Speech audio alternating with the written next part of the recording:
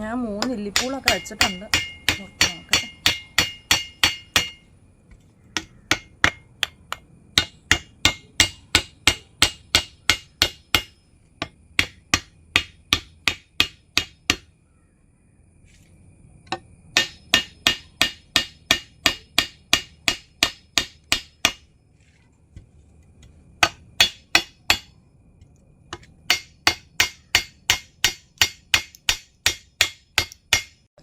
അല്പം ഒരു ഗ്യാപ്പ് ഇവിടെ ഉണ്ട്. അപ്പോൾ ഒരു ചെറുത് ഇവിടെ ഇങ്ങനായിട്ട്.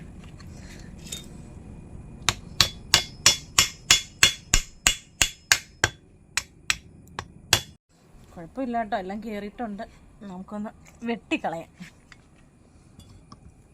അപ്പോൾ നമ്മുടെ തൂമ്പയൊക്കെ മുറുക്കി ഇനി ഒന്ന് പരീക്ഷ നോക്കണ്ടേ, കളയ്ക്കാൻ പറ്റുന്നുണ്ടോന്ന്. കുഴപ്പമില്ല കേട്ടോ. അതെ,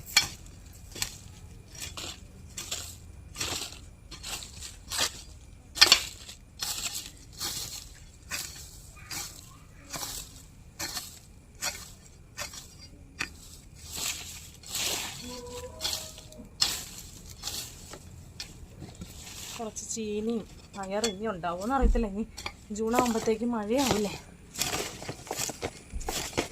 എന്നാലും നമുക്കൊന്ന് നട്ട് നോക്കണ്ടേ, നടാണ്ട് ഉണ്ടാവില്ല എന്ന് പറഞ്ഞിട്ട് കാര്യമില്ല. നട്ട് നോക്കാം.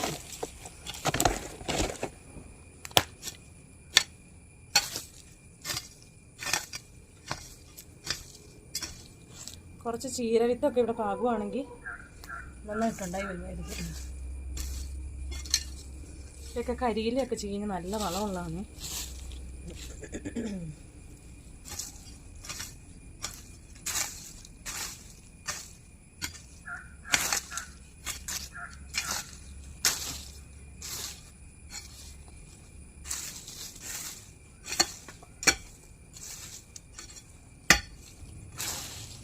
ഈ മഴയൊക്കെ പെയ്തപ്പേ എല്ലാവരും അടുക്കളത്തോട്ടത്തിലൊക്കെ എന്തെങ്കിലുമൊക്കെ നട്ടുപിടിപ്പിക്കുക. പയറോ വെണ്ടയോ അങ്ങനെയൊക്കെ ഉള്ളത്. പയർ ഇനി ചാഴി കയറുമായിരിക്കും. വെണ്ട അങ്ങനെയൊക്കെ ഉള്ളത് നട്ട. അതുപോലെ തന്നെ ചീനി, കൊമ്പുമുളകില്ലേ, അതൊക്കെ നട്ട ഉണ്ടായിക്കൊള്ളുന്നത്. ഞാനിപ്പോൾ നോക്കിയിട്ട് തൂമ്പയ്ക്ക് വലിയ കുഴപ്പമൊന്നും തോന്നുന്നില്ല കേട്ടോ.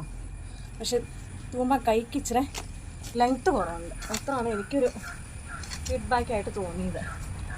ഞാനിപ്പോൾ മറ്റുള്ളവർക്കൊന്നും കളയ്ക്കാൻ കൊടുക്കണില്ല. നമ്മളെന്തെങ്കിലും കുഴിച്ച് വയ്ക്കാൻ വേണ്ടി മാത്രം ഉപയോഗിക്കുന്നുള്ളൂ.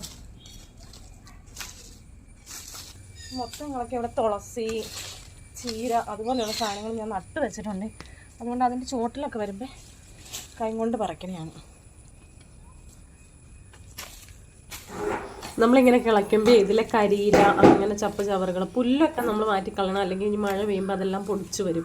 അപ്പോൾ അല്ലാണ്ട് കരിയില അങ്ങനെയൊക്കെ കിടക്കണേ അവിടെ തന്നെ ചീഞ്ഞ് വളമായി തീർന്നോളൂ ഈ മഴയൊക്കെ പെയ്യുമ്പോഴേ. അപ്പോൾ അത് മണ്ണിനടിയിലേക്ക് തന്നെ ഇട്ടേക്കുക.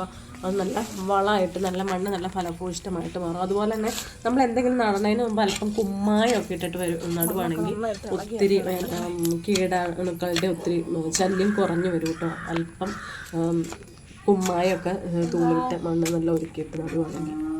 ഇതിൻ്റെ പുറകെ കാണുന്നത് അമ്മച്ചിയുടെ പശു തൊഴുത്താട്ടോ. ഇപ്പോൾ പശുവൊന്നുമില്ല. ഇപ്പം നമ്മൾ പാലൊക്കെ അടുത്ത വീട്ടിൽ നിന്ന് വാങ്ങിക്കുകയാണ് ചെയ്യുന്നത്.